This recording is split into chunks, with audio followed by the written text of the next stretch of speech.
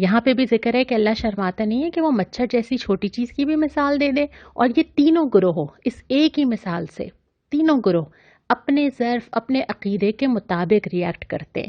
تو اللہ تعالیٰ جو حالات لاتے ہیں، جو آج کل کے حالات میرے اور آپ کے پاس ہیں، ایک ہی مرض ہے، ایک ہی وبا ہے، لیکن ہر انسان اپنے عقیدے کے مطابق ریئیکٹ کرتا ہے۔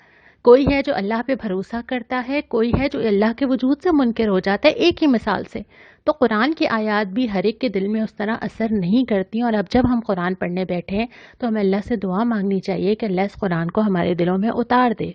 اور اس کے بعد پھر حضرت آدم کی تشکیل کا پورا واقعہ ہے کہ اللہ تعالیٰ نے ان کو، حضرت آدم کو بنایا، لیکن عبادت فرشتے بھی کر رہے تھے۔ اللہ تعالیٰ نے ان کو خلیفہ بنایا، اور خلیفہ اس لیے بنایا کہ وہ اللہ کی زمین پہ اللہ کا نظام قائم کریں، اللہ کی زمین میں اللہ کی کبریائی کو قائم کریں۔ اور اس کے بعد پھر ہم دوسرے ربع کی طرف چلتے ہیں۔ دوسرے ربع میں اللہ تعالیٰ نے بنی اسرائیل سے خطاب کیا ہے۔ بظاہر تو نظر آتا ہے کہ اللہ تعالیٰ ایک ایسی قوم سے مخاطب ہیں جو اس زمانے میں ہوا کرتی تھی، لیکن اگر ہم اس کا تفصیل سے جائزہ لیں تو ایک امت کو معزول کیا جا رہا ہے اور دوسری امت کی تقرری کی جا رہی ہے۔ بنی اسرائیل کو اللہ تعالیٰ نے، جس طرح حضرت آدم سے اللہ تعالیٰ نے فرمایا تھا کہ زمین پہ جاؤ اور جو ہدایت ہے اس کی پیروی کرنا، اللہ تعالیٰ نے اس کتاب کو قائم کرنے کا کام بنی اسرائیل کو دیا، اور جب بنی اسرائیل نے اس پہ عمل نہ کیا تو پھر امت محمدی صلی اللہ علیہ وسلم کو وہ کام دے دیا گیا۔ تو اب ایک امت کو جب معزول کیا جا رہا ہے اور اس کی فرد جرم سنائی جا رہی ہے، تو دوسری امت کو بھی یہ کہنا مقصود ہے کہ دیکھو ایسا نہیں کرنا، تم ایسا نہیں کرنا، انہوں نے جو کیا ایسا نہ ہو کہ تمہارے ساتھ بھی وہ ہو، اور پھر ان کا جو انجام ہوا ایسا نہ ہو کہ تمہارا بھی وہ انجام ہو جائے۔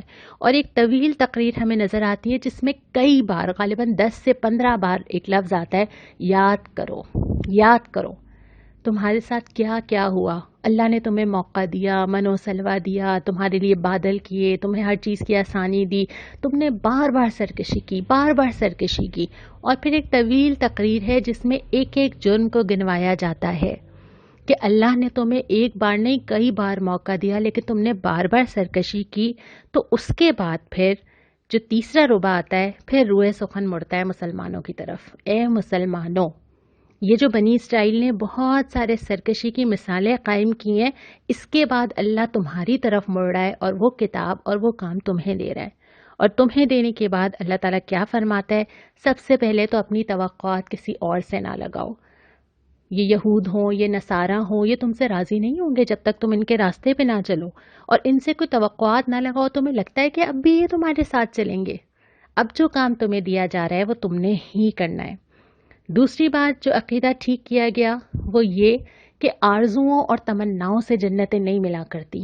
میں چاہتی ہوں کہ میں جنت میں داخل ہو جاؤں، میں چاہتی ہوں کہ اللہ کے نبی میری سفارش کریں، میں چاہتی ہوں کہ مجھے جنت الفردوس اور اعلیٰ مقام ملے۔ کیسے؟ آرزوؤں سے نہیں ملے گا، یہ اللہ کی طے کی ہوئی بات ہے۔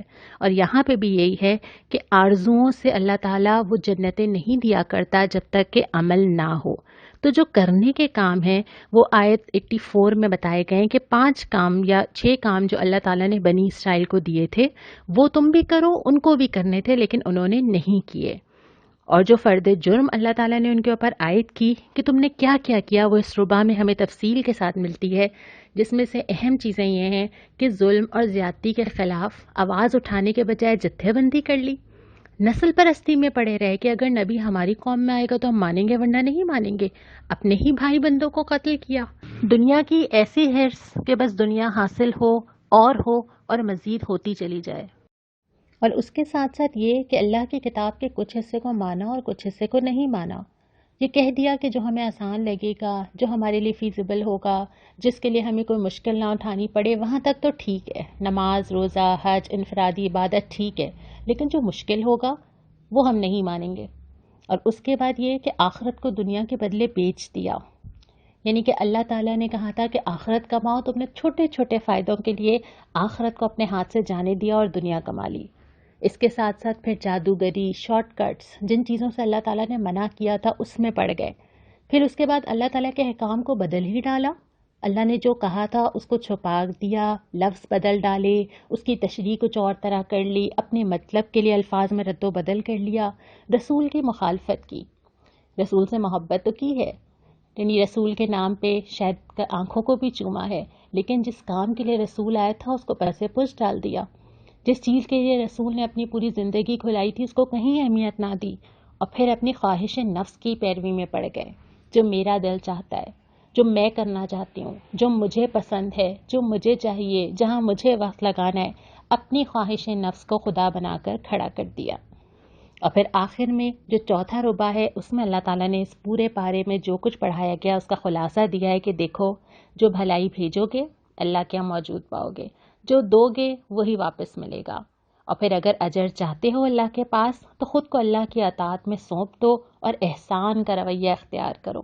یہ دو چیزیں جس انسان کے اندر ہو اس کے خیر سے پورا زمانہ، پوری نسل، پورا معاشرہ مستفید ہوتا ہے. وہ اللہ کو راضی کرنا چاہتا ہے، وہ لوگوں کو راضی کرنا نہیں چاہتا. وہ احسان کا رویہ اختیار کرتا ہے، اپنے حق سے زیادہ دیتا ہے، دوسروں کے حق سے کم پہ راضی ہو جاتا ہے. وہ لوگوں کو خیر ہی خیر دیتا ہے. اور اس کے بعد یہودی اور عیسائی تو تم سے راضی نہیں ہوں گے، اور اگر تم لوگوں کو راضی کرنے کی فکر کرو گے تو اللہ کو راضی نہیں کر پاؤ گے. اور آخر میں اللہ تعالیٰ نے وہ آئیڈیل دیا ہے کہ اصل میں آئیڈیل ہے کیا. حضرت ابراہیم علیہ السلام پوری زندگی اہل و عیال سمیت قربانی اللہ کے لیے حنیفیت کے ساتھ، یکسوئی کے ساتھ کعبے کی عمارت اٹھاتے ہیں، دعا مانگتے ہیں اپنے اہل و عیال کے لیے، اپنی نسلوں کے لیے، لوگوں کی خیر خواہی کے لیے، رسول کے لیے، ہدایت کے لیے. اور یہی میرے اور آپ کے لیے آئیڈیل ہے کہ مطلوب یہ ہے، پھر جا کے انسان اللہ تعالیٰ کا وہ دوست بنتا ہے جو وہ بننا چاہتا ہے. اور جو اس سپارے کو ختم کیا ہے وہ اس بات پہ اللہ کا رنگ اختیار کرو، کیونکہ یہی وہ رنگ ہے جو مطلوب ہے اٹھنے میں، بیٹھنے میں، چلنے میں، پسند میں. جو لوگ گزر گئے ان کا طرز عمل تو ان کے لیے ہے، لیکن تمہارا طرز عمل تمہارے کام آئے گا. آج کا سوال یہی ہے جو میں نے آپ سے درمیان میں ذکر کیا کہ بنی اسرائیل سے اللہ تعالیٰ نے کن کاموں کا عہد لیا تھا، اور وہ ظاہر ہے وہ عہد ہم سے بھی امت مسلمہ کے طور پہ لیا گیا ہے. یہ خالی سلائیڈ ہے، میں چاہوں گی کہ اس کو آپ کی مدد سے بھروں. آپ مجھے بھیجئے، کل ہم انشاءاللہ تعالیٰ دیکھیں گے کہ اس کا جواب کیا ہے. آج کی دعا اسی سپارے کی ایک آیت نمبر 32. سبحانک لا علم لنا الا ما علمتنا انک انت العلیم الحکیم. اے اللہ، نقص پاک تو آپ ہی کی ذات ہے، ہم تو اتنا ہی علم رکھتے ہیں جتنا آپ نے ہم کو دے دیا. حقیقت میں سب کو جاننے اور سمجھنے والا آپ کے سوا کوئی نہیں. یہ دعا مانگنا ہم سب کی ضرورت ہے حصول علم کے لیے. آج ہم یہ دعا مانگیں، انشاءاللہ کل ہم پارہ نمبر 2 کا آغاز کریں گے. وآخر دعوانا ان الحمدللہ رب العالمین.